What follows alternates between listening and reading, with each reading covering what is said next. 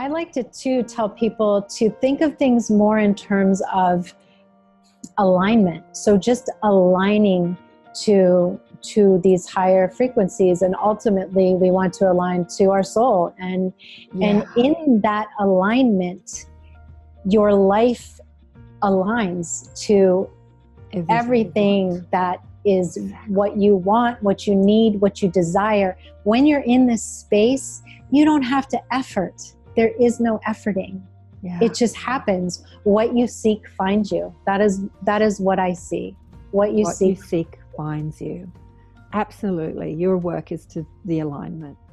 Yeah. So, and often we're given... You got to accentuate the positive.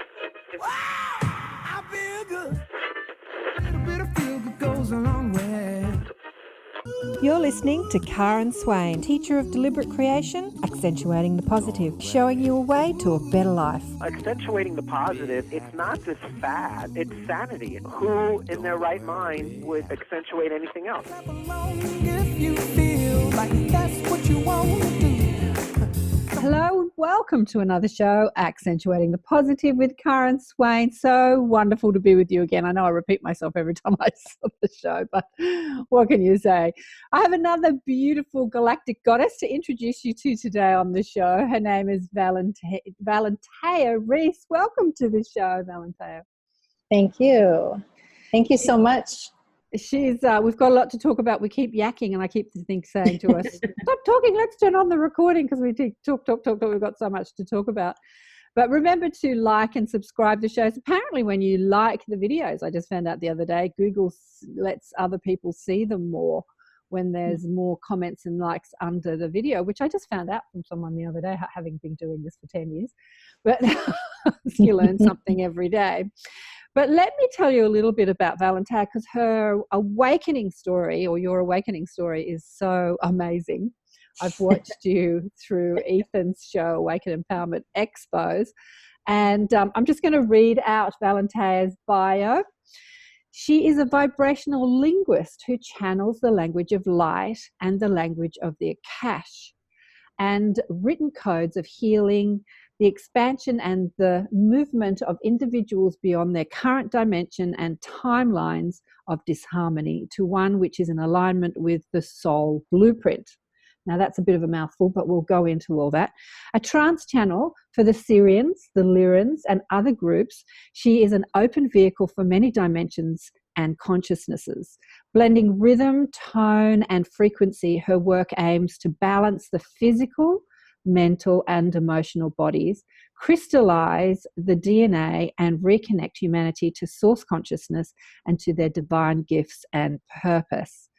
With a Bachelor's of Arts in Communication, Velentaya's career spanned 27 years in the television industry, where her work has been regularly showcased on major networks and other media outlets.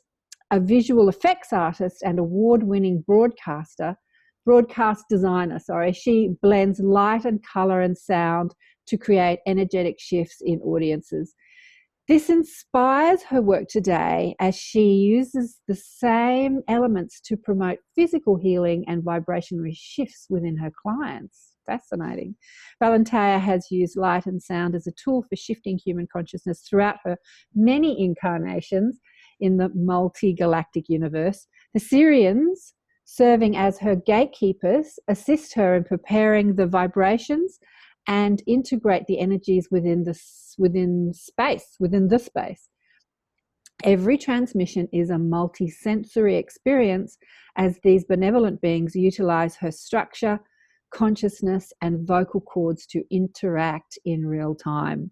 The result is a dimensional shift that offers a new experience, pattern, or change in vibration for the individual, as well as activating alternative and more harmonious timeline potentials. So it's all a bit of a mouthful, but we're going to go into it. Basically, all that means you're carrying around density and you're helping people alleviate that density. In a nutshell.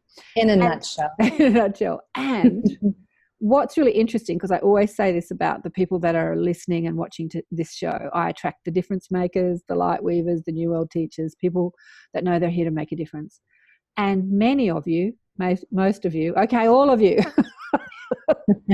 they correct me all the time, carry density and come in carrying density because you've taken it on your lineage specifically to transmute it and transform it and let it go.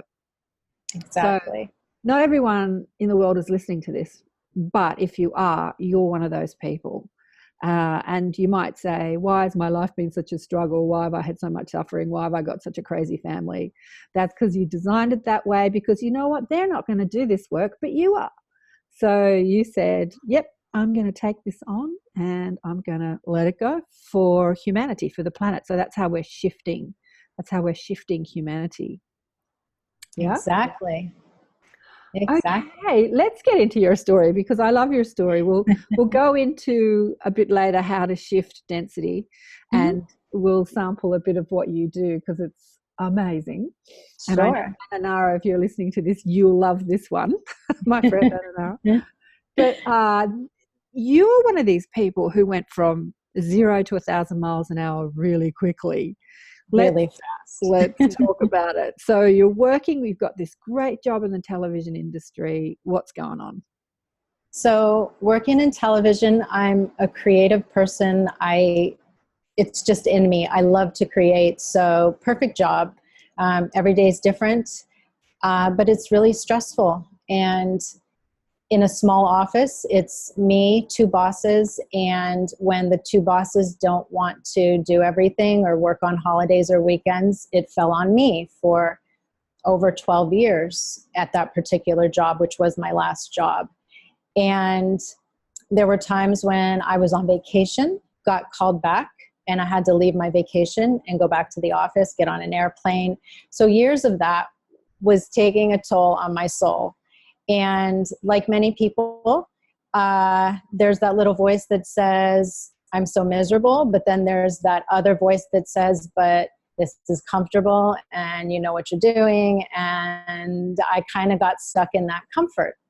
And paying you a fortune too, right?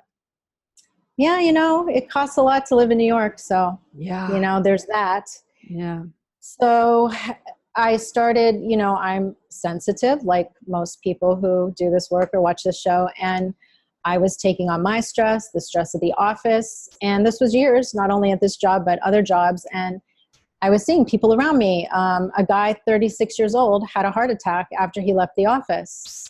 Another guy, 40, had a stroke. Another guy in the office had a heart attack right at the desk and passed away. So I started taking note of this, and I thought, I'll need to do something to manage my stress. If I'm going to stay in this because I'm not ready to leave yet, I'll manage my stress. So that started leading me into the alternative stuff. So I grew up with a doctor who was, practical medicine, and I came to New York and started finding out about acupuncture. Was my first taste into doing something alternative, and things just started unfolding. You know how you go to one thing, it leads you to the next thing, and then you find out about a book or a person. So I started doing that, and I was managing my stress that way, feeling good. I think just because I was doing something for myself, work wasn't that bad anymore, or so I thought. And I just kind of continued. Now, I guess during this whole journey, I was getting these little signals and signs about, just to kind of move me into this other way of thinking, because I was very linear, very job oriented in my 3D world. Galactics were not a part of my discussion at all. And I remember one night I got home from work late, passed out on the couch, and woke up to get a drink of water. You'll see there's a theme. A lot of my experiences happen when that veil is very thin. Like I'm usually waking up to get a glass of water and stuff happens. And this particular night, I get up, I look across the way here because I'd fallen asleep on the couch, and I see this helicopter, or I think it's a helicopter, hovering about 10 feet above the building across from me, which is at my eyesight. which is literally a 1-lane street across. So it wasn't that far away. And I'm kind of looking at it, trying to get oriented. And I'm convincing myself this is a helicopter because I'm half asleep. And then I'm thinking, well, what is it doing there? And why doesn't it have one of these thingies on top? So I quickly think, I don't think this is a helicopter. So I turn to get my cell phone. And when I turn back, it's gone. So I immediately thought, like, okay, this is here for me because it's just sitting right outside my window looking at me. So this is in New York. Yes, like yes. in the busy city. Yeah, I'm in Brooklyn, so where I live, it's a little quieter. I kind of live on a quiet block. I mean, we get a lot of traffic on the street, but it's not like what you think of Manhattan with people everywhere. Right. It's a little more quiet. Right, so I don't get to take my picture, but I immediately get on the internet because I have to like try and find what a helicopter looks like. And I quickly realized that was not a helicopter. But not thinking anything else, I just kind of mentioned it to someone at work, my boss, because we would talk about maybe ghost stories, but that's as far as it went. So I just, brushed it aside, continued on with my job. But then I started having more experiences, and I think it was to get me to like, wake up already, like expand your consciousness, just like we're here type of thing. It's interesting that your experiences were kind of not inner experience, like you were perceiving them as outward experiences, because, I'm thinking there's a light in New York, and is everyone seeing it or only you? So I'm thinking only you, but you're perceiving it as an outside event, like it's happening outside as opposed to, in your psyche. Right. It's kind of happening in your psyche, but you're perceiving it anyway. Exactly. Yeah. So next experience, get up to get a drink of water. This is probably about 8 months later or something. And it's around 4 a.m. So sun's it's not super dark out. And off of my bedroom, I have a terrace, pretty big terrace. So I had the shades open, doors open, nice breezy morning. I'm laying back down and my dog won't stop barking. And I'm thinking, why won't she stop? Normally she'll do it and she'll stop. But this was like, if you have a dog, you kind of know there's a bark when they're just being annoying, but then there's a bark when they see something. And this was clearly a bark that she was seeing something because she wouldn't stop. So I look across the way and I see these two eyes staring at me, and it's off to the corner. And of course my heart starts pounding because there's an intruder on my terrace. I don't know what it is, even if it's an animal of some sort. So my mind quickly goes to, wow, how did the dog get on my terrace? It's like it's completely blocked off and puppy proofed. And it's just sitting there staring at me. My dog's going crazy. It's not interacting. It doesn't care about my dog. And it walks across the terrace. And as it's walking, it kind of has its head turned to me, even though its body is going.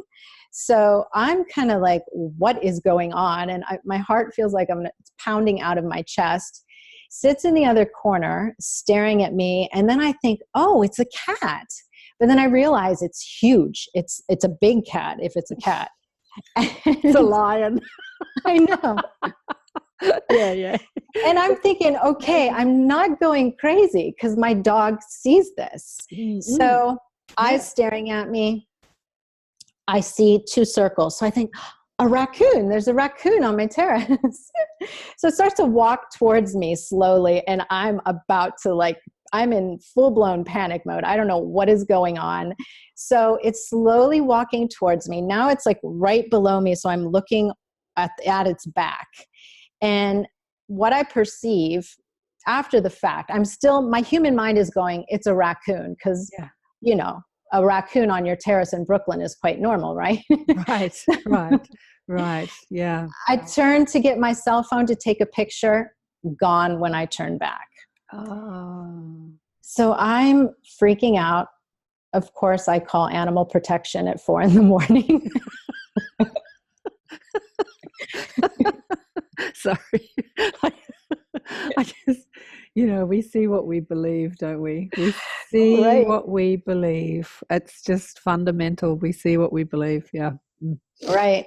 animal protection doesn't want to help me. They say I have to deal with it. So I call the police.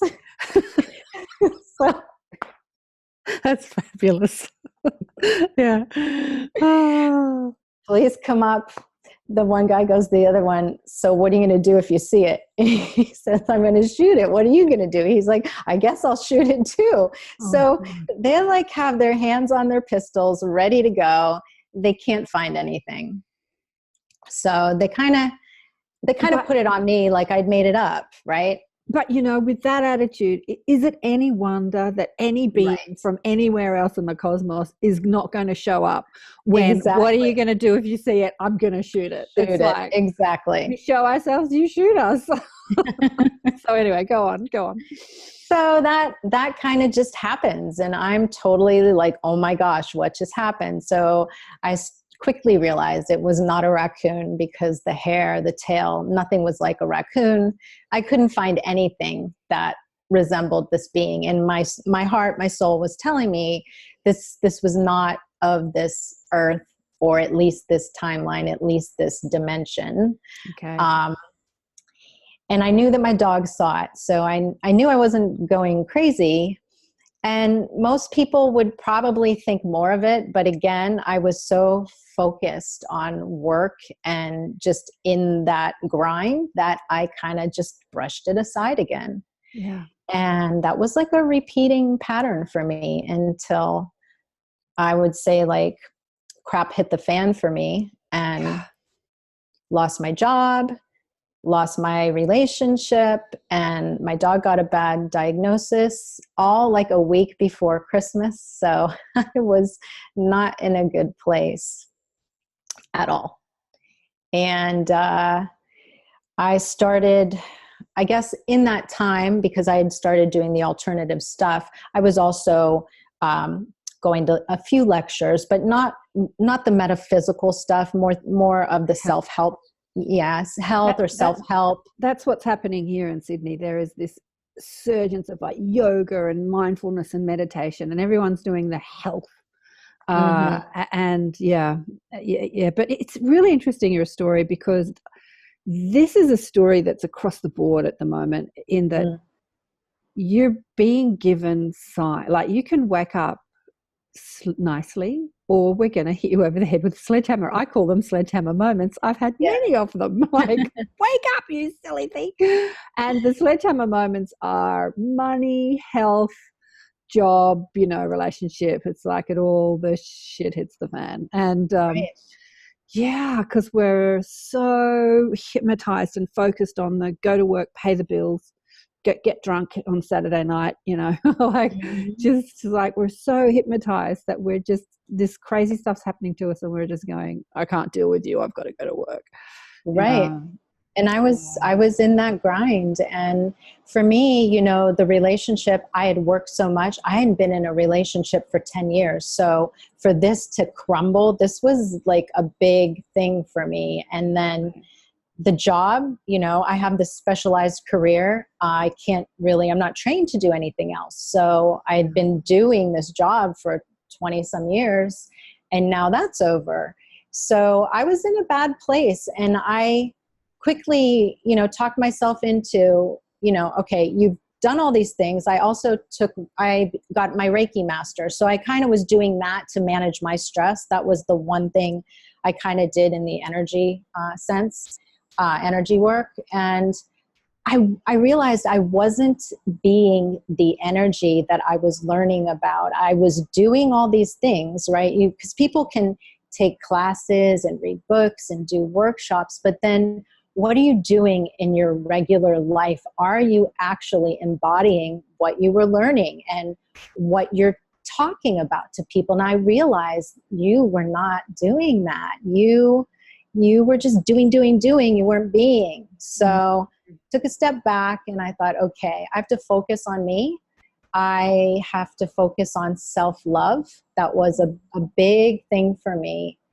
And I started with mirror work with Louise Hay, and it just like totally shifted things, shifted. And from there, shortly thereafter, I was asking the universe, so what's next? I knew Reiki just opened the doors. Some metaphysical stuff started happening after that. Like I would feel spirits in my home, or something on me type of thing. And that kind of freaked me out, because this is all new to me. Like this is not part of my normal vocabulary. Paradigm. Yeah. Yeah. So I instinctively kind of figured out what to do with that situation, and was able to usher them on. And I spoke to someone because I wanted guidance on this. This was like, what is going on? And she said, if you want this to be part of what you're here to do, you can do it, but I don't see you working with the spirit world that way. And I was like, oh, good, because I don't want to do that. Yeah. And it ended. I never had that again. But I was looking for guidance, like, should I take another class, or show me what I'm supposed to do? Because I know Reiki was just the beginning. I knew there was something more. So I just, by chance, someone who I knew someone who spoke light language, and I met her for 5 minutes. And I never heard of light language. And she said, oh, I speak light language. And she did a few sentences and she left. And I thought, oh, wow, that was interesting. And I kind of didn't think about it the rest of the day. And that night I went home and I thought, geez, that sounds so familiar. Like I feel like I know this. I feel like I've spoken this before. And I went to bed that night with the intention that I feel like I'm supposed to be speaking these languages. And literally 2 hours later, I woke myself up because I was singing in these languages at the top of my lungs, and I was not controlling it. I had no idea what was going on. And that was the beginning of a very beautiful journey.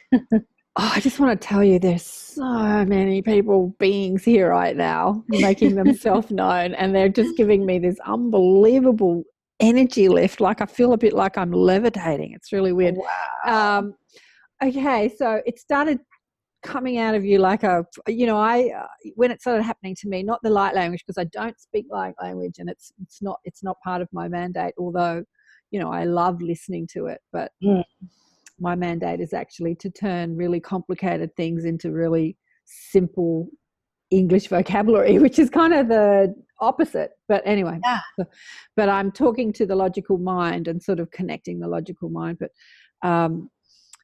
what was I going to say? I don't know. I've lost my train of thought now. Yeah, so it started coming through and you felt like you couldn't control it. So you're sort of like bursting. This is all bursting out of you. It was bursting out of me. I spent several days locked up in my living room in my pajamas because I was talking like 40 minutes at a time all day long. This was going on. So you can imagine each time I'm speaking these languages, I'm having these huge clearings and shifts. And by the end of the first day, my entire body is buzzing like 24 hours. I feel like I'm floating in these languages. So I could pinpoint it because it would feel like an energy starting right here. And it would feel like a snowball of energy getting bigger and bigger and stronger and stronger. And I would feel it building up in me, building up. And then it would literally, the force would be so strong, it would push my mouth open. And I couldn't stop it. And all these words were flying out. I had no idea. Because I'm like kind of out of it when it's coming out, I'm trying to get my cell phone to record it. And I do have some early recordings because it was crazy. And I'm crying the whole time. So for hours on end, I'm sobbing and speaking and resting. And then it would start up again. Every time a language was different, all these different frequencies were coming through. It was intense. It was intense. And were you alone in this? I mean, could you ring up somebody and say, this is happening to me? Like, could you? So by then my ex, who, he became my confidant, and, nice. And he listened and he supported me. And I would say about 4 days into it, I called my dad. I said, Dad, I have to tell you this. My dad's pretty cool and he's supportive. He just kind of sat there in silence and he said, I think you should come home.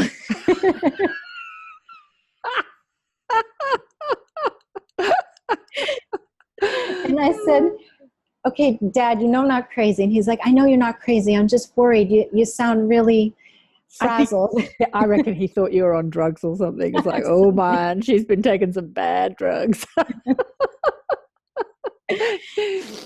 So I said, no, I'm going to stay here. I need to stay here. And it was just intense energy pouring through my crown. So my body's buzzing all over. I feel like I'm floating. My mouth is flying open at any given moment. And now I've got this cosmic energy pouring through my crown. And that would happen all day long. I don't know, maybe 5 times a day, 6 times a day. And it would literally jolt my body because it was so strong. And I could feel it come through my arms, my legs, go out my feet and just go out. And I would like go off balance when it would happen. So I'm feeling I have no control over anything. I can't sleep at night because on top of all this stuff, every time I start to doze off, I can feel my body lifting out to go travel. And to me, that felt very intense and very weird. So I wasn't allowing myself to sleep. So I was trying to stay awake. And I decided I have to control something. So I'll control this cosmic energy that's pouring down through my crown. I get a hat and I put this winter cap on in July. And I'm walking outside in a sundress with a winter cap, running by trees to stop my mouth from flying open in public. And I look like the biggest spectacle, I'm sure. But then I'm kind of thinking, well, I'm in New York. So, you know. Everyone's crazy in New York, right? Absolutely. Oh, I think I saw you say on another thing that you wouldn't go out because you would think I could go out and just start sprouting this stuff. So I'll wait until it happens and then maybe I've got a couple of hours to go shopping. Right. Exactly. It was crazy. Put your hat on. I love that you thought the hat was going to stop it. Like, did it stop it? No. No. And the crazier thing is I did a Google search to find out what I should do. And somehow I came up with a hat. So you didn't have the alfoil. Oh, darling. Look, I was having a conversation with the beautiful Rach Moore on her show, and then she was on my show last week or the week before. And she was asking me about guidance. You know, it's really subtle, isn't it? You know, it can be really subtle. And I went, no. No, it doesn't necessarily have to be subtle. Like, nothing about this is sounding subtle. But years ago when I was having my awakening, I was listening to Deepak, and he was saying your ego screams and spirit whispers. But I think we're in a new paradigm. Like, this is over 20 years ago where I was listening. I think that spirit's not whispering anymore. You know, spirit, it sounds like spirit is like screaming, really. But really the key point that you have said here, and every single person on my show has said the same thing. It started when I started to love myself more. Like, I had an NDE guy, David Ditchfield, on the show, and he had an NDE, but when he came back from that NDE, that gave him that self-love and appreciation more. Before that, he had been really down on himself his whole life. And when he came back from his NDE, he's like downloading symphonies, and now he plays to sell out audiences. And it's not that he couldn't before. It's just that his self-loathing didn't allow it to come through, whether it's light language or symphonies or, you know, guidance from higher, you know, exalted spiritual beings or whatever is coming through, or creative inspiration. The self-love is the key. It opens that door, right? That's really key. Okay, so how long did this go on, the hat and the running from? It went on, the hat thing went on for about 3 weeks. It was intense. But the most amazing thing of this was that I went from, you know, normal life, stress, worry, doubt, fear, you know, everything we feel. And I was catapulted into this extreme bliss. and joy and love and connection and knowing. And it was the most amazing. I had it for 4 months, and I felt like I was floating.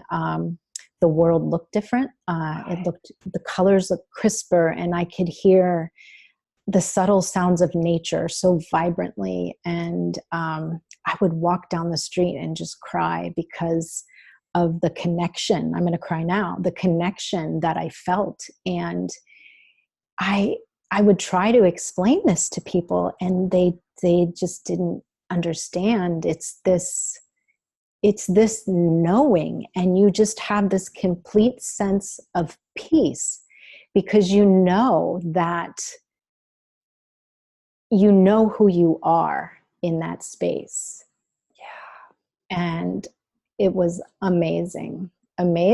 And I heard, at that point, I didn't know about guides, but I started to realize who guides are because I would see them. At that point, I had somewhat some vision.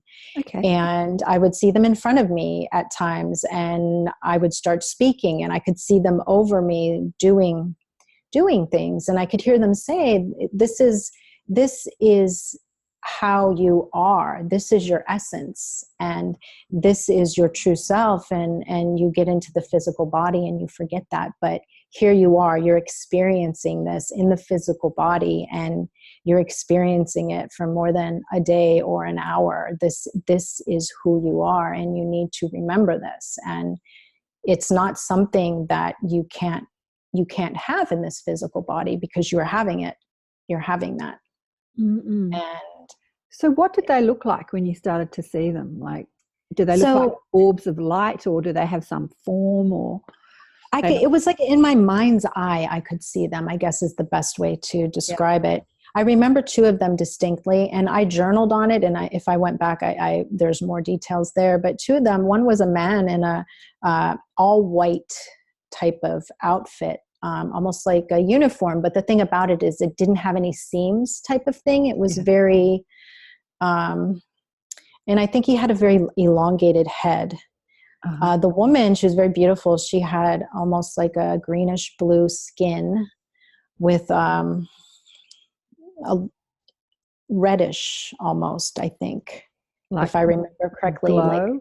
like kind of like a glow or something. It wasn't hair. It was something else. Those are the 2 I remember the most. I saw them more than once.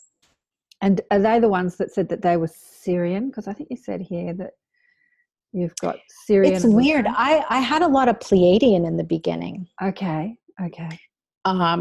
And then it switched over recently to working with the Sirians. So in the beginning, I was working with the Pleiadians, and that's how I found out that I was speaking these galactic languages. I didn't know that they were galactic. I don't think I knew that. Or if I did, I didn't know much about it. But in that first 2 days, I was setting off electronics. Things were very fragile around me. And one particular day, I had my television on. I left it on for the dog. I left it on YouTube. I put on a 15-hour thing of Abraham Hicks for her because I knew it wouldn't stop running. And I wanted nice energy in my home. You're putting on Abraham Hicks for your dog. That's hilarious. Yes. If she's going to watch television, she's going to watch something worth watching. Exactly. That's hilarious. So I was only gone for like an hour. And so I come back on, and of course it's on the television, and I make it a point to see it. I'm talking to someone and I tell them about what I'm seeing, and we get off the phone and I go to type a text, and I can't type the text because my keyboard is getting taken over by something, and it's writing like all these numbers and stuff. And I'm like, okay, like I just need to write the text. And all of a sudden the phone shuts off, the lights shut off, the TV shuts off. And I'm not really putting 2 and 2 together. I'm just like, I have to write a text. So I get my phone back on, turn the TV back on, and technically Abraham Hicks should still be on there because it's streaming, it's not cable. So turn it on, and it's not even on the Abraham Hicks channel. I see on my screen the backdrop of Sedona, and it says Barbara Marciniak channels the Pleiadians, and it's playing in the middle of one of her things. And I immediately freak out and I turn the TV off and I just sit there and I'm just going, oh my goodness, oh my goodness, oh my goodness, what is this? And I know I'm supposed to watch this, right? So how far into when it first started happening is this happening? Like weeks, months? It was like 2 days into it. Oh, wow. 2 days into it. Talk about not being subtle. Like, this is nothing subtle about this. Yeah, No. Go on. Yeah. And so, you know, imagine my state. I don't really know what's going on with me at this point in time. You know, my body's floating and I'm buzzing and I feel all this bliss and I'm speaking, and then my electronics freak out, and then that is put on my television. So I just shut the TV off and I'm sitting there, and in my head I'm being told, like, you're supposed to watch this. And I didn't want to watch it because I'm like, this is too much. And I remember I wrote in my journal, I went back and read it, and I'm writing like, I feel amazing. This is the most beautiful thing that's ever happened, but it needs to slow down. Like, I'm on overload. This is a lot. And it didn't slow down. They didn't listen. They're like, now you can handle it. Give them more. Yeah. Eventually I listened to it, and I don't really know what my takeaway was. I think it was just to make me comfortable, because what she was channeling wasn't very light and fluffy. It was a lot of deep stuff that I knew nothing about. And I think it was just to open my eyes to this whole world. Yeah. Yeah. Mm-hmm. Yeah. And, she was one of the first people I listened to years ago. I have to say, I think her channelings back then were much better than the ones now. But anyway, that's just my personal judgment. But yep, go on. Yeah, I mean, I knew nothing. I didn't know who she was. But I saw Pleiadians and I thought, I think I know what that is. And I got kind of freaked out. And then, you know, months, and I don't want to say months, maybe weeks later, I wanted to start to really figure stuff out and see what's going on. So I decided I would start meditating, because up until then I did not meditate. And I sat there, didn't really know what to do. And I just kind of asked the question in my head, like, you know, who is responsible, or what does this have to do with? And I heard this male voice, as plain as day. It said what I thought, Arcturus. And I didn't know what that was. And, you know, I was pronouncing it wrong, and I wrote it down and I spelt it wrong. And I was like, geez, that was really loud. Like, and I kind of got jolted, because I thought, sounds like someone's in the room with me. Looked it up, and I took a while, but a few tries, and I came across the Arcturians and Arcturus. And now I'm starting to think, like, wow, this is really, I can't make this up. Like, this is just like, things are really unfolding, and I have to tell somebody. I love this story because there's so much out there on the internet now that you could just watch YouTubes and you could make it up and say, oh yeah, you know, but the fact that you were clueless about all this stuff and it was happening and these words are coming through, for me, it's just validating that, you know, this is going on. You know, the Arcturians, the Sirians, the Lyrans, they're here. They're here, they're in us, they're working through us, they are us. Like, this is happening, kids. Yeah. For real. For real. And I got channeled guidance, and in channeled guidance, that the whole thing about the Arcturians came up, that as a child, I was having these experiences on ships. So I was being taken out of my body. Okay.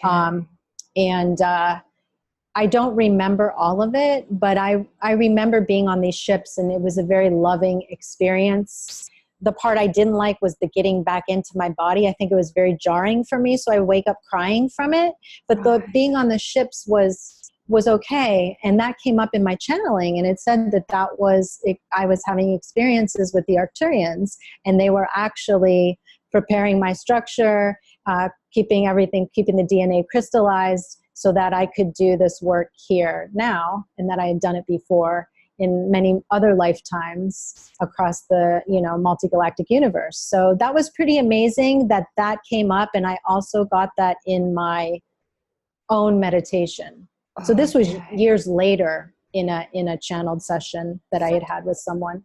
Oh, really? Did your mum or dad ever say that you used to have night terrors, that you used to wake up crying when you were a kid? Did they ever I say did. that? Yeah, I did. They told you that, or you remember that? I remember that, and my mom talked about it. I used to sleepwalk a lot. Okay. A lot of Yeah. sleepwalking. Lucid dreamer my whole life. I didn't even know that people didn't dream like that. I thought that, because the Mary Rodwell and I are talking about, the kids that are here now that are here to do similar work, and they're to having these night terrors and waking up screaming and stuff. So for parents, like, what would you say to parents that have got kids that are doing this, that having been one of them, what would you say? I would say listen to them and support them and talk about it with them, because it's real and it's nothing to be afraid of. It's nothing to be afraid of. Yeah. You know? So how many years did this go on? Like, how long ago did this happen to you? It happened in 2016. So it's like, only a couple of years ago. Wow. Yeah. And now, I know. Okay, so take us through the rest of the journey. Oh, geez. So I just kept pursuing things after that, speaking a lot of light language to myself. I'm in this beautiful bliss state for months, and it's amazing, and trying to seek out help from people, try to understand what's going on. And then just moving through the journey, I started, I guess what it did for me is it totally changed who I was, and especially my ex-boyfriend, because he was very involved with this, and he knew me prior to and during and after. And he said, you're a completely different person, because after that experience of that bliss and this other way of being, I went from this, very stressed out, very seeking externally. Just tuning into who you were, I see you as somebody who is quick thinking, impatient with people's, like if they don't get it right, like sort of like, oh, look, I'll just do it if you can't do it. Like, I can sort of see you as this stressed out, really intelligent but impatient person. And I suppose that to the outside world would be, you wouldn't seem that kind because of that. But my brother's like that. He's a galactic dude. He doesn't get it. But he's so super intelligent that he can't teach people, because he can't slow his brain down to come down to their level to teach them. So he's really impatient. And so that's how I see you, as the old you. Yes, and that's now how you're I was. more loving and kind and patient, and I mean, I used to have my entire day scheduled. That's how regimented I was. And between 9 and 10, I'm going to do this. And between 10 and 11, this is going to happen. And now I just flow. Like, it taught me to be in flow and to not to have expectations, and just to allow and to be okay with change, and that pushing yourself to do things that aren't in your comfort zone will unravel amazing things. And I was a very fearful person before all of this. And so part of this journey has been to step out of that fear and to push myself, and going to Peru and being in the jungle and doing that whole thing. I'm not a camper. I've never camped. I don't like bugs. You're a New York girl, right? Exactly. So that was an amazing experience that unfolded so many things. And after leaving the jungle, and I decided, okay, I didn't resolve everything that I needed to resolve. And I went back 2 months later and spent another 10 days. And it's been incredible. I mean, so the question I want to ask for people that are watching, how did you go from having this like really high paying corporate job that, allows you to live in New York in comfort, because it's an expensive city, much like Sydney, to singing the language of light, or speaking the language of being a galactic, vibrational, DNA shifter, healer, and is it maintaining you financially? Like, because that's the big leap for people. Like, how do I do this work as a teacher, as a psychic, or, like even more mainstream things like speaking to dead people? Isn't it funny that we call that mainstream? And make a living? Like, how does that happen in such a short period of time? It's a slow transition. And, when I lost that job, that liberated me to get out of that company and to, I loved doing the work that I was doing. I'm being creative, and that's a big part of, I need that. They said that you're going to go back into that world. I dabble.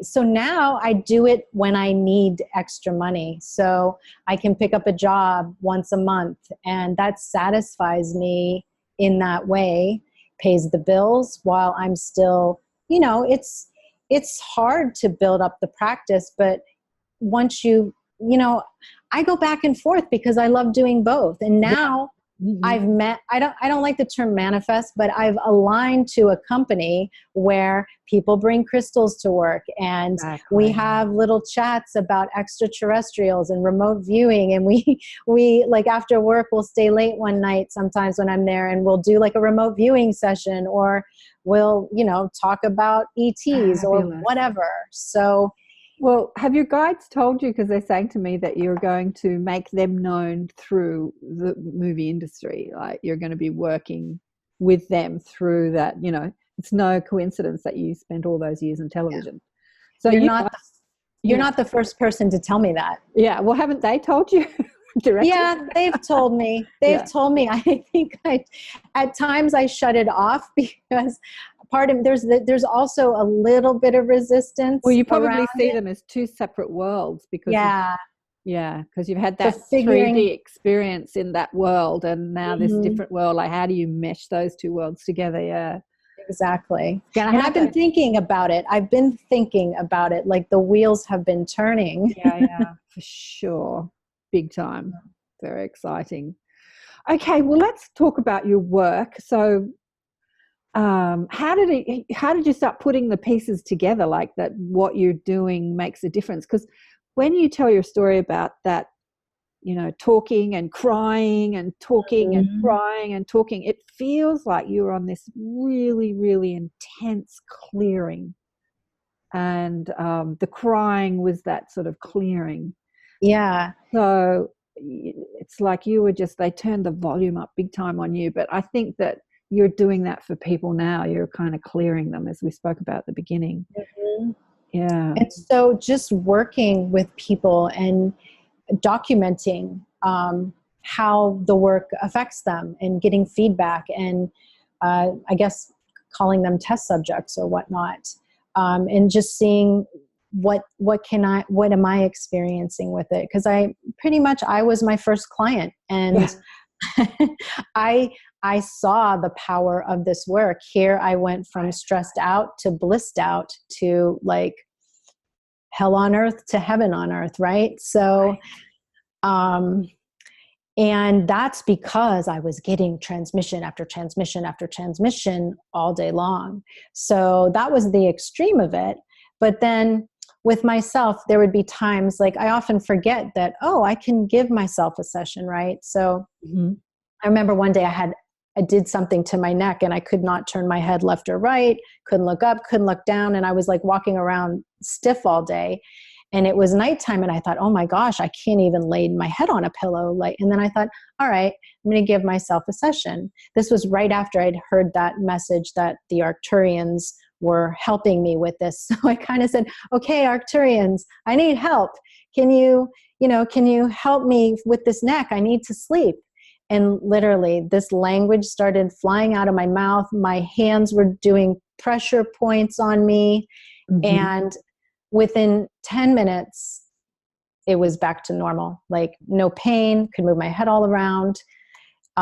So there's stuff like that, a lot of physical things. The Arcturians really work with belief systems, like thought forms. Thoughts that have created a life of their own. They become almost like they're conscious in themselves, like in clearing those. They really work with the subconscious mind. So did they teach you anything about that? Have they been talking to you about that? Or is it all, now so many, it's almost like I feel like I have a team that's just always there. Yeah. Because I'm accessing all these different frequencies that they kind of weave in and out. And it can be like, a few phrases of one, and then another frequencies come through, and then back to the other one. So it's very fast. But, like you said, those thought forms. So thought forms can manifest in the body as physical pain or mental pain or emotional pain. So I think what's really great, I feel like the best person or the best client is someone who has no preconceived notion and just, wants help and believes that, you can help me. And whatever that is, I had a guy and he was like that. He was limping on a knee for years, and he was in physical pain. When you see someone's face every day and they just look like they're in so much pain, and he'd gone through acupuncture, and he said, I feel like you can help me. So let's just do this. I gave him the session.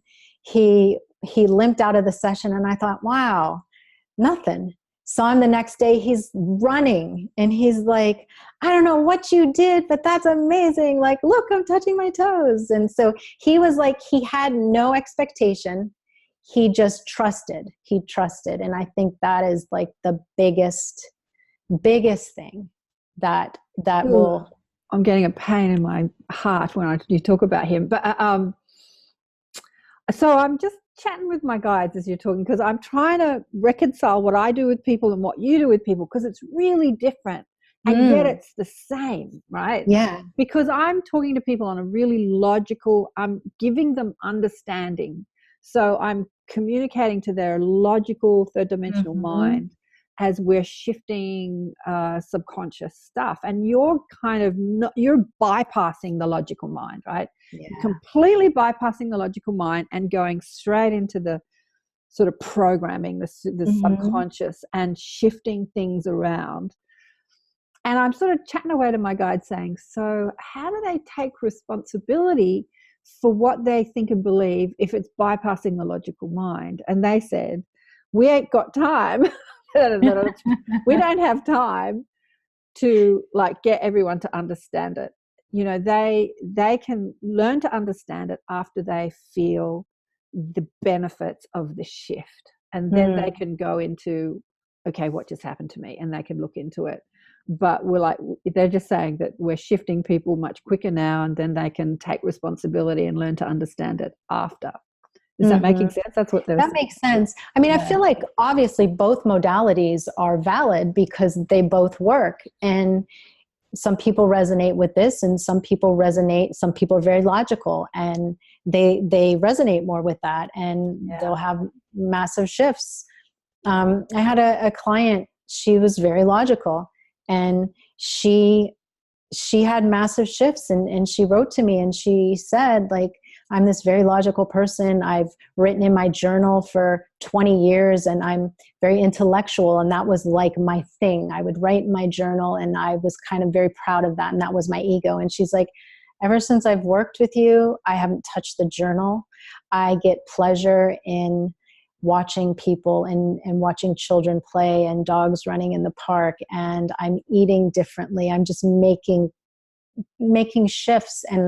And that's what I explain to people. The shifts can be little, we live in a world where it has to be like, wow, and big and bam. And people don't look for the subtle signs, but shifts can be tiny but huge. I had a client years ago who came to me, and she's older than me. And she said, I've spent 30 years working on myself and I don't seem to really be improving. And so she's doing this personal growth work and spiritual work and meditate, but nothing seemed to be shifting. And now she's completely galactic and, crystals and galactic and everything. But back then, and I said to her, well, stop trying to fix yourself and just love yourself and everything will shift. It's, and I think that this work is taking people that could spend 20, 30, 40, 50 years in therapy. It's like shifting them in a session. Do you know, like, yeah, it's just like really accelerating the shift. The it changes something to where then you have a different perspective. Yeah. You look at something differently, or you feel differently, or you say something differently. Maybe you're not a person who stands in your power, and you have a session, and all of a sudden your words are changing where you're standing in your power because you've shifted that energy. And it could be something like that I've seen. Yeah. And they're also reminding me that a lot of people who are believing that what they're hanging on to is theirs, it's actually not theirs. They're carrying it. They're carrying it to shift. So, they're just explaining it to me. So they don't need to do the work as in I've got to take responsibility, because they've come in to do the work to shift it for humanities, for their lineage, as we said at the beginning. So it can be quicker. It can be quicker. All right. So you said here too that you're, shifting human consciousness and timelines. Do you want to talk a little bit about how you're shifting timelines? So yeah, pretty much just what I explained. So let's say in this timeline, this man was experiencing this terrible knee thing that he couldn't heal. And by shifting that in the DNA and shifting that energy, he's now either clearing that timeline. We can either clear that timeline with the language, or we can actually just move you to another timeline. And I have nothing to do with that. That's the guides. They do it all. They'll look at that person and look at what access do they have to his DNA. Is it make more sense to actually just transmute it or shift it? Okay, so a bit like what Pam Osley was talking about when she talked about, I know you said that you watched that show with her, she talked about the boyfriend that didn't love her, and so she went into a parallel universe where he did love her. So that's shifting timelines. Yes, right? Yes. Yep. Yeah. So, okay, so you can heal the timeline or just jump the timeline or jump to another timeline. Have they got It all just happens automatically. So, and again, I'm getting, channeled guidance, and from my experience, people, when I work with them, they will have physical sensations in their body. They will, some people cry, some people will move around. It just depends. But what happens is, the way I've been explained, is that with many channels, their channeling will carry a vibration, and that vibration will affect anyone. Yeah. And then other channels, it will carry a vibration and the dimension. So you're being shifted by two things. And that's what happens with this work. And I think that's why people feel the physical stuff that they feel when it's going on, because a portal will open and the beings actually step into the space of that person, and they can actually feel that in real time many times if you're sensitive. Yeah. It's all about vibrational alignment, isn't it? I had a client yesterday who, I take people on these little mini sort of journeys, and she said, and I say, go and do that without me, like go into your, and she says, why can't I do that without you? And I think it's because they're not yet aligned to the beings allowing them to do that, because they're still hanging on to self-doubt and self-criticism and who am I and what have I got to give, and I'm nobody, and who am I to help anybody? I'm nobody. These silly thoughts that we have. Thoughts, yeah. Did you suffer with that when you sort of put yourself out there as some sort of teacher, healer, shifter? Like, did you suffer with any of the like? Oh yeah, of course, right? I mean, sometimes sure, but then I also think it doesn't matter, because even I have something that someone's going to resonate with. And I get tons of emails and messages that people say that, oh my gosh, like I had the same thing. Or people will message me because I'll post light codes and they'll say, I saw these in my dream. I didn't know what they were. Or, I've met people who I was writing light codes one day, and some girl saw them, and she saw me and she started crying, and she's like, I see those. I'm like on ships at night, and I see those, and I don't know what they are, and I've never seen them before. So there's always someone that that you're going to help. So I kind of like brush that other stuff to the side. Exactly. Let the law of attraction or the guides sort that out and forget the rest. So you say here that you have done this on many lifetimes. Have they given you that you work with the Akash as well? Have they given you any insight into your own sort of, timelines, who you've been before and where you've been? And I know of one as an ancient Pleiadian. Okay. And this is how I learned a little bit about how it works in the DNA. So, and this was through channeled guidance, that as an ancient Pleiadian, many of the people that I'm channeling now, or the beings that I'm channeling now, they didn't exist at that time. And so the ancients and the Anunnaki got together and they lent their DNA to create these new races. And these new races were experiencing some of the hardships that those original lenders of their DNA had already moved through, transmuted, and cleared. And so what they found out was that the new races were tapping into those experiences in the DNA. And the ancients realized that they didn't need to do that because, well, obviously, if that negative information was in the DNA, then that positive information was in there too, because they had transmuted and cleared it. So I learned that I had traveled all over the multi-galactic universe, researching this, exploring this. And because of my travels, I had so many encounters with all these intergalactic beings. So I became very familiar with all these languages. And that is how I can have such easy access to these frequencies. And what I found was that these sound vibrations are actually embedded in that positive information in the DNA. So by exposing a being to those sound harmonics, it would bring that positive information up and either clear that timeline or transmute it, move you to the next one. Wow, girl. You're rocking it. That's what I learned. Well, I have to say, the reason I'm talking to you today is because two people I've had on the show before, Jaylene and Zane, both raved about you and said, you've got to speak to Velentaya. And so you really helped them too on their journey, they said too. I love them. Yeah, they're great. That's so sweet of them. And they're doing it. I love They're amazing. They're amazing. People haven't seen my shows with them, go back and have a look. Zane is the awakener, he calls himself, and he's doing that through the mainstream with his comic series, which I think is fabulous. It's great. It's great. Again, like you, he's working with media, right? And yes.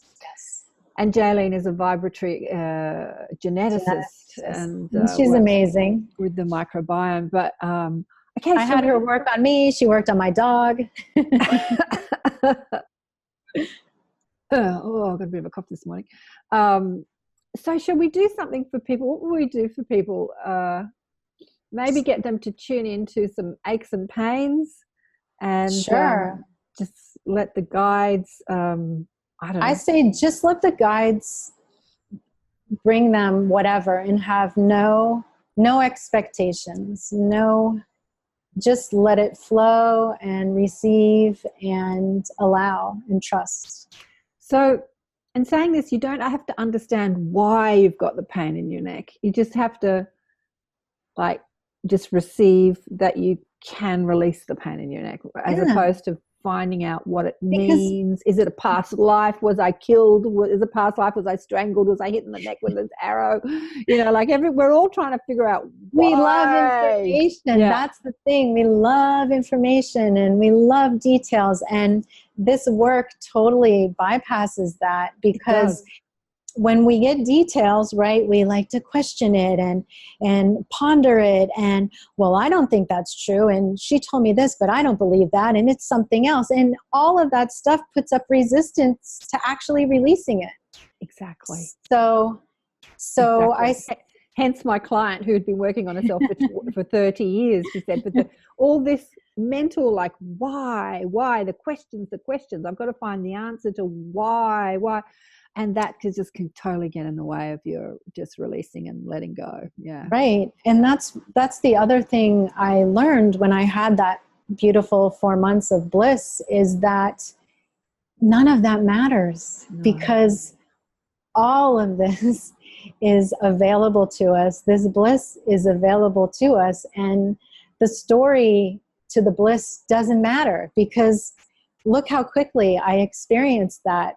I didn't care about the details when it was even happening to me. I didn't care why. I just knew that I had asked for a gift, for my gifts to be shown, for something to be shown. And I had no expectation, and I didn't try and direct the story like we do sometimes. And I think that's one of the positives that I received from this whole experience, is learning how to let go of trying to control and trying to effort. Because when you're in this space after a session, there is no efforting. You don't need to effort to have everything, the abundance that is there waiting for you. And I'm not even talking about money. I'm talking abundance in health, and abundance in relationships, and abundance in joy, and just abundance in everything. It's all there. It's all there. And when you're in that space, nothing matters. Yeah. Nothing matters. There's no you don't why. care. You don't care about anything. You feel so amazing that you just know that everything is there for you, and you will always be provided for. Yeah. Oh, the guides keep chirping in. I don't know if people can hear the sort of little twerks and that happen that sound like sort of crazy things on the recording, but yeah, they keep chirping in when you're talking. They go, they make these funny noises. But absolutely, yeah, it's the why. It's who we are. We don't have to justify being who we are, which is bliss and joy and love and peace and living in the moment, and what every spiritual teacher is talking about, be in the moment. Don't worry about yesterday. Don't worry about tomorrow. Don't stress over yesterday. Just be here now. Like, where do you want to, like, I've got to get somewhere. I've got to go somewhere. I've got to change the world. I've got to do, like, just be here now and be in the bliss, because it's who you are. It's who you are. Right. And I think too, as people are waking up and doing all these practices, to do so, you start to move away from being your human self and really embodying that higher self. So if you can consciously, while you're on your path to it, always try and embody that higher self, the whys and the stories of the human kind of start to fall away, and so it's kind of like actively preparing yourself for that new earth experience, right? So as humans, we have to kind of do the work. We have to catch ourselves when we're slipping back, or consciously be aware of our thoughts and all that. But then it starts to become natural once you start to trust. Exactly. So it's kind of like allowing yourself to align to that energy, but by being conscious as it's happening. It becomes more of a default setting. I want to say something before you go into language. That what I have found when you listen to light language, and especially you, because you're such a linguist and you bring through so many vibrations, is that it brings up your attachment to the logical mind. It brings up your attachment to needing to know why. And that can feel really uncomfortable. Yeah. So if you find judgment and criticism at it, that's showing you your attachment to that needing to know. And many people will, they'll go, oh, that just sounds crazy, or I can't listen to that, or that hurts, because it's directly bumping up against your attachment to the left brain, logical, questioning mind. Because, the higher self doesn't question, it creates. It's the logical mind that questions, because it forgets, it forgets who you are. So that's what I would say to people who are listening when Velentaya starts speaking. Just notice how you respond to it. You might love it, you might hate it, and if you're hating it, maybe just have a look at how you're attached to that questioning mind. I was one of those really crazy questioning minds, and all my guidance as a young girl trying to be a healer was let go of the mind, let go of the mind. You're too logical, you're too masculine. Someone would say, be more feminine. And I'm like, feminine? How do I be more feminine? But I was given a mantra: I relinquish the need to know. And I drove from Sydney to Byron Bay, which is a 12-hour car drive, and I I chanted that for 12 hours driving. I relinquished the need to know. It's not like That's amazing. It's not like you give up wanting to know, because if you're watching these shows, you want to know stuff, right? That's why I put these shows out. But it's that need to know, Right. questioning mind that needs something, like you're feeding a hunger, an addiction. Right. And that addiction, New York, we'll let the good thing go past. Got the garbage trucks going past here and the sirens. And that addiction is to information instead of being the demonstration of that information. Right. So let's do it. And maybe too, just hold that thought in your head that if you are coming up against some resistance, hold the thought that let's just see if I let go, because I'm ready to feel something different. I'm ready to experience something new so that I can see change in my own life. Because a lot of times we try and try and try the same thing over and over. So let's move to something new. Oh, the guides love you. They love you. Okay, let's do it. So, all right. So take it away. Do we have a time limit? Should I mentally set? Not time limit, unless you have a time limit, because we're recording. No, I don't have a time limit. So, all right. So I'm just going to first walk you through a little breathing just to get you centered. So just take a big deep breath in through the nose and out through the mouth. Big deep breath in. And you can put your hand on your heart or just focus your energy on your heart as you exhale. And picture a ball of brilliant light right above your crown. And just let that brilliant light move down your crown, down your back, moving into your heart, wrapping around your heart,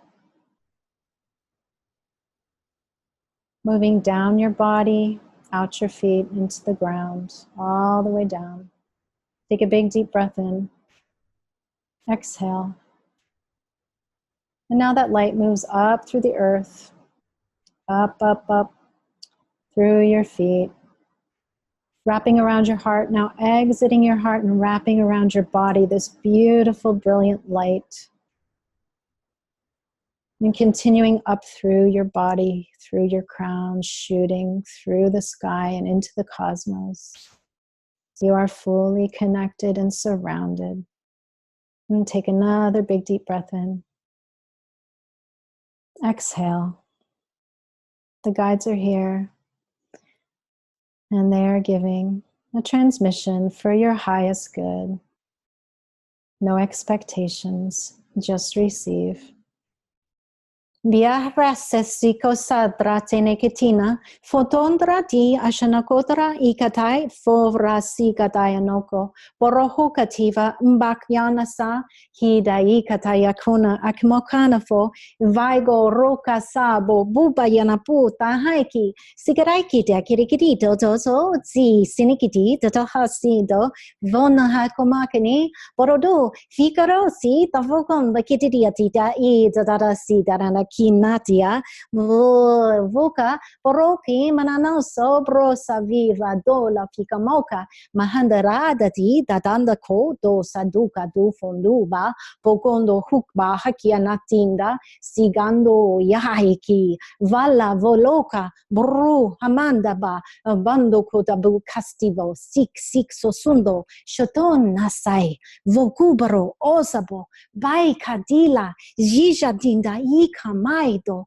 mahanata do dosa jijuro gojeda volta dingo da rivika si daikati dando do vodoria so vodane shukobo madatana diga vikanikiti de shikoteria bayata tato to da de shoro yabaradi and kotarabia shai kukarari de tija singri kisa sikatai for lekatai la keram votaraba han sali for you no do de anana kibarai ko ya for Hanayoro iono oyo mano iano ya oyo.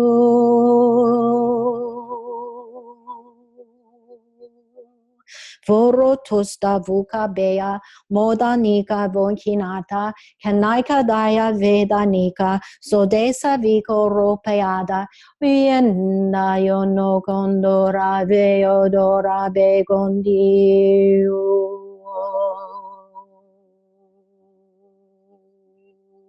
Bondora pika donore yeshgurayata, Karedi Kishigara Yeshinda Seti Kapuki Taiklikti, Sanna Statu, Prosaboshi Korebe, Yuyashi, Funanekadarabe, Yesti, Bratavi, Katarat Setsa, Futarabisha, Zuzuboji, Vorebiaduru, Yeshambai Boko, Maya, Rakti, Kinamaki Tisiti, Shidikata, Selefisa se Taikneha, Ni Yamaru Repicotoro, Uyasho, Shukutu, Bye, Collecti, Monushta, Lau Foot, Trak, Sektik, Tukupak, Tukavik, Tuk, Kinder, Cat the Maknik, no, Makanek, they are marked the hand the kitchen stikita fukta, place lectific choose to do, brute son, Matinant sit in the kitubitish the banda ficta futa, do levetrona, semanish to remendit in the kin about to do mark then Ekadena, Pandoroda and the Donda Rekanana, Sendora, Dura, Do Bandi.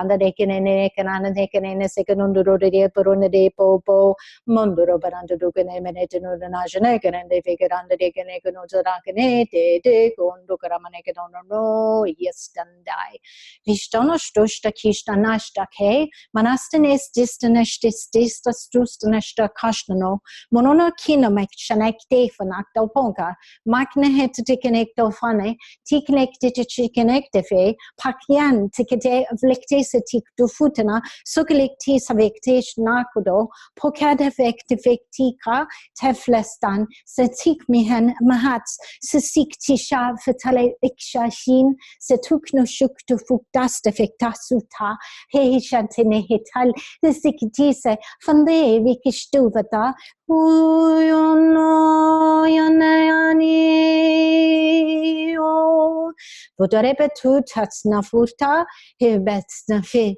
Vikista kita hakta fe a lekta akna ok bohoka, tanshe tene it de e, tokna pola akta se, kanakte he laina endo, pokyana sando kotendo, huye setubia, fetile fe shatukasha, funo kuna peklo oka, fokyashana sokso ikyaha, sai fene lahi, man mohokapu, uerobetoro visikare chirkana ke. Petitia ishnimi, chanemi chitini, hinamakine shadumba, poet ti ichnikni amakne, potuna, putere lefutare shanika, michina kit muak niehechna, fik mahan, potore pishi nixi, asitikti, yahen, tishi fish to boot bahawi it dua, bichina me ebete inchni ant saansi each de, lehele and lepo elebuta, lefeta ashni. Fum mahan fule melepu le felasi se esha sekatinishi shisha tupi asmi akmoha ay minutes le esma setiva abu shiteke patikchi ashtu apuliki masne mahashu pitch no hakinahapu paika. Take a big deep breath in. Exhale. And another big deep breath in, letting the frequencies integrate into your field, into your body. Another big deep breath in. Exhale. I'm thanking the guides for being here with us today. We are so grateful for these frequencies, and we ask that everyone that has listened to this transmission stay in a place of trust in your heart, in love in your heart, in opening your heart to the magic that is here for you. Another big deep breath in. And open your eyes.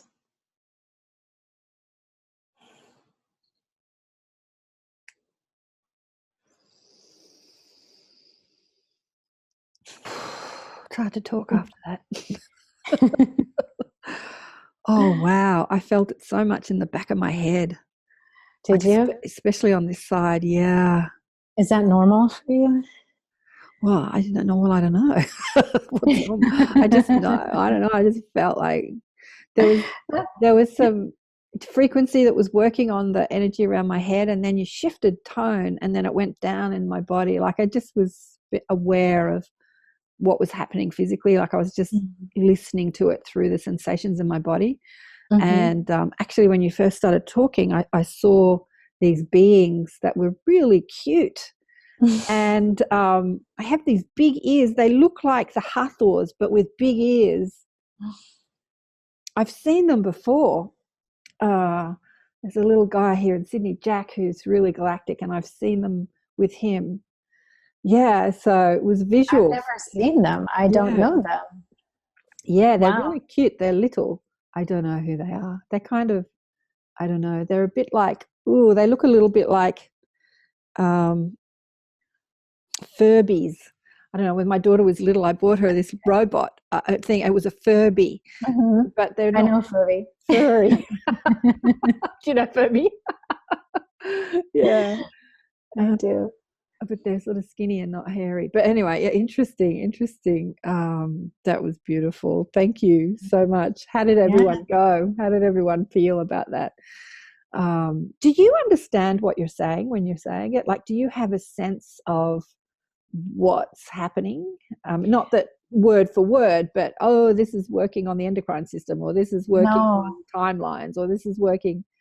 Because it's different for everybody. So the codes meet each person with what they need. And that's the amazing thing about it. People can listen to the transmission more than once and get something different each time, which is amazing. I kind of step aside. My heart feels very full when it's happening. Like I feel a lot of sensation in my body, but I don't remember really the words. I know a lot of things buzz in and out. I remember angelic voice come in for a second, but I don't remember them all. Yeah. I'm getting the analogy. It's like music. Even though it sounds like language, it's like music communicates with you, but it's not words. Like you'll listen to a piece of music, not necessarily with like a song, but a piece of music that will communicate something with you, but it's not words. Right, because it's tones and frequencies and the rhythms and...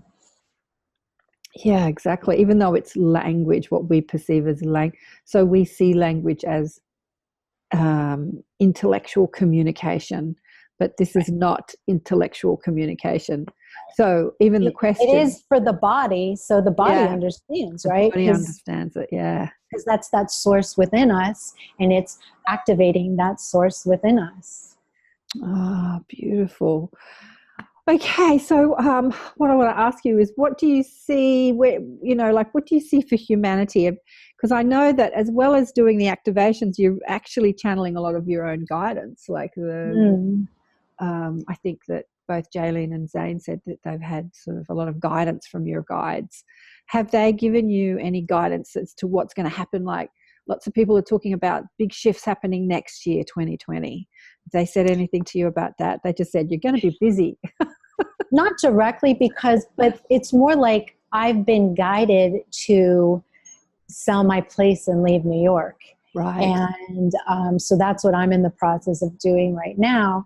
And it was more of like an inner knowing kind of thing. Like it's time for me to leave. I'm not supposed to be here anymore. And again, I think that's really to tell humanity to listen to those voices. Listen, because that's your soul. It's your soul saying, I need something different. And when you go to that something different, magical things open up. But it's having that trust and belief and the willingness to let go of your comfort zone. Right. Exactly. Because sometimes our comfort zones aren't that comforting. They're just habit.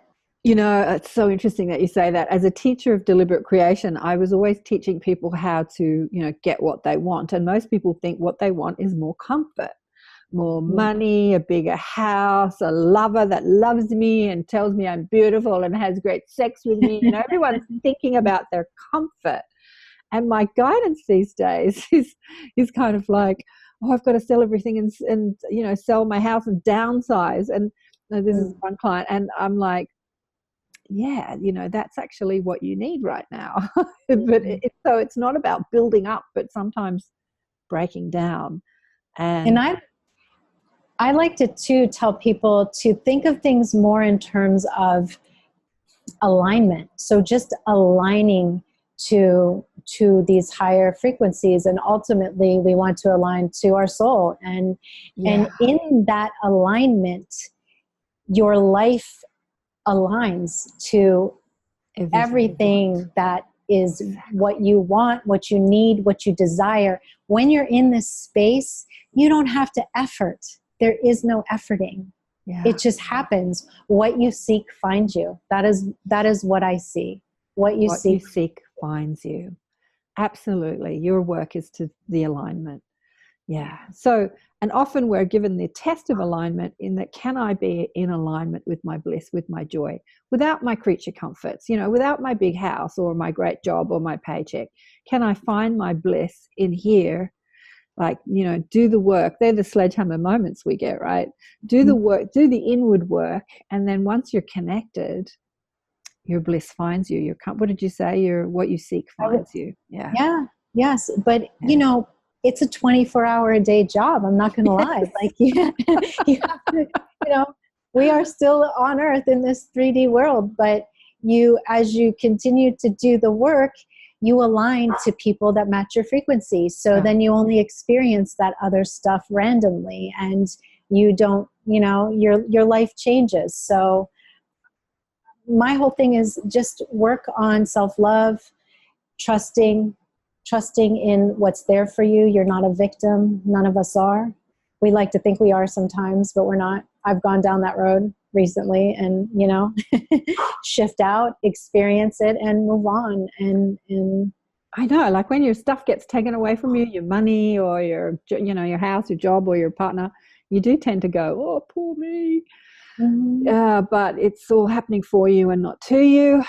And find the alignment inside the absence of that which you think you want, because what you want, what you're seeking, is inside. Beautiful. I know this third dimensional world is just pumping out messages, and it's everywhere. It's inside the conscious community, the health community. It's every message that we're given on mainstream media is you find your bliss outside yourself, in the lover, in the health, in the great holiday, in the big house, in the great car, the next new thing, the next iPhone, the bigger computer. It's like, that's, the stuff outside you is going to bring you your happiness. But this work is about finding it within. Yeah. Mm-hmm. Once you find it within, those other things don't matter, really. They're nice to have every once in a while. You dabble in it, but for the most part, you don't care. Exactly. Yeah, you can have them, not have them. I don't watch TV anymore. I don't watch, I only watch shows like this, and life is great. When you shift your frequency, I think that it becomes, because television pumps out a certain frequency, right? Yeah. It's all frequency. It's all vibrational alignment. And it's when you shift your frequency, it almost becomes torturous to watch mainstream television. Like the commercials. It's kind of like, right. Yeah. It just, and you will just move away from it naturally. It's not anything I had to effort to do. It wasn't like I had to have this big willpower to stop. It just happened. It just was like, ooh, I can't watch this anymore. This is a lot. I know. Yeah, just watch more shows like mine. There you go. That's what I do. I recommend everybody's shows. I don't have a competitive bone in my body. I just like. No, this is all I watch. I'm watching all. Yeah. Good stuff. Oh, darling, thank you so much for being on the show. Thank you. Such a delight. And let me know how you went with the transmission. And obviously, for people listening on audio, where can they find you if they want to book a session and have some activations? My website, velentayareece.com. You can message me on Facebook, email. Facebook's easy. I'm on Instagram. You're everywhere. For those people who are listening on audio, it's Velentaya is spelled Velentaya, but I'll have the link to Velentaya's website on my webpage, karenswain.com, /Velentaya Reece. And I'll have her links and everything there, the audio and the visual and her bio and all you need to know. You written any books? No, probably not. No, I'm told I'm supposed to. I'm kind of resisting. I was meditating the other day and I heard, you're supposed to write, right? And I was like, oh, all right, just one more why thing are you to doing do. this to me? Just another thing to do. Oh, maybe I can get a chapter out of you for our book. We'll discuss that when I turn the recording off. Thank you so much, beautiful one. Thank you so much. Thank you to your community too. It's been a pleasure. Fabulous show with Velentaya. Oh, we just kept yakking. We were yakking for hours before the recording and hours after the recording. I tell you what, she was telling me all these stories about her ayahuasca journeys in Peru that she didn't say when we had the recording going. We just kept talking and talking and talking. So there's so much more to her story, actually. And she was telling me that she was in some pain. She had some lower back problems and she did the work and that healed her, but she said it took a while. So it hasn't been all peaches and roses on her awakening journey. There's definitely been some struggles. And I tell you, the Peruvian ayahuasca journey was really interesting. I wish I had the recording on when she was talking about it. She said that she had seen these galactic physical reptilian beings. And so she's actually seen with her inner eye, but it kind of like your outside eye, your inner eye, it's all the same. It's sort of like you look like you can see them with your outside eyes, but other people can't see them. So how are you seeing them? You're seeing them with your outside eyes, your inside eyes, your inner eye. It's kind of interesting, isn't it, that some people can see things that other people can't see. So how are they perceiving it? They're perceiving it through their third eye or their physical eyes. I don't know. I haven't worked all that out yet, but yeah, so a lot more to her adventures. So maybe if you contact her, you can ask her about that. I'll have to get her back on the show. Actually, she's just said that she's going to write a chapter in our upcoming book about people's spiritual awakening. Because I think it's great that when we share the way we awaken, everyone does it so differently. Some through death, some through illness, through pain, and some through just listening to their guidance. You don't necessarily have to suffer to have a spiritual awakening. It's just that we're so stubborn. Our human egos are so stubborn. We get so caught in the social conditioning of what we think is right and wrong, what we have to do in life in order to be successful and happy, that sometimes it takes those sledgehammer moments to wake us up to who we are and why we're here and what we're here to do. I've had plenty of them, as I said, sledgehammer moments. So yes, so much more to her story and more to come from her. She's really quite a beautiful, amazing galactic being, amazing, access all areas. Alrighty, so who's coming up on the show? Well, I've got Justin from the Liquid Crystal. He's going to come up, coming on the show, talking about he's developed a way to get the frequency of a crystal into a liquid form, which is really interesting. He's got an interesting story. Who else is coming up on the show? Oh, a guy called Steve who has a healing technique that it talks all about thought forms. Another guy called Kevin Briggs is coming up for his galactic story of amazing older man, not much older than me really, a couple of years. I think he's in his 60s and he has an amazing story. He's coming up, and there's a whole lot of people coming up in the Inner Sanctum. Who have we got? Oh, I don't know. You'll have to have a look. I'll go on my website, Karen Swain /Inner Sanctum. You'll see the guest teachers that are coming up in the Inner Sanctum. This weekend, Raphael Tamora is coming in, who I've spoken about, who is Michael Tamora's wife, who's an amazing psychic and animal communicator. And she talks about, she's writing a book about the reincarnation of her dog, who's been with her 3 times in 3 different lives. We had her on the show. Like my cat, where's the cat? Normally next to me, over there on the couch. She's been a girl a couple of times and a boy now. He's been with me 3 times as well, as a black cat. He liked being a black cat, was she? She's played with a couple of sexes. This time she's got a little white on her. Before she was all black. But 3 black cats I've had 3 times she's been with me. So we're going to talk about that, communicating with animals and the soul contracts we have with animals, reincarnation, and how, an animal soul is like any soul. It's just a soul that's choosing to come in as an animal, and how we have these agreements with these souls when we come into a life to have these little companions. My little pussycat's my little companion. Oh, I love him so much. And so we're going to talk about that and much more. So stay tuned for more coming up on the show and in the Inner Sanctum, and the next book that's coming out, My Awakening. I haven't actually got a title for it. I was thinking about it the other day. My Awakening, My Spiritual Awakening Story. Maybe you've got a name. Let me know. Working title is just called Awakenings. The last book was Awakened by Death, but this is generic awakenings, spiritual awakenings. My Spiritual Awakening Story. I don't know. Personal stories of transformation. Let me know if you've got a name for it. And I'll see you soon. See you next week. Bye for now.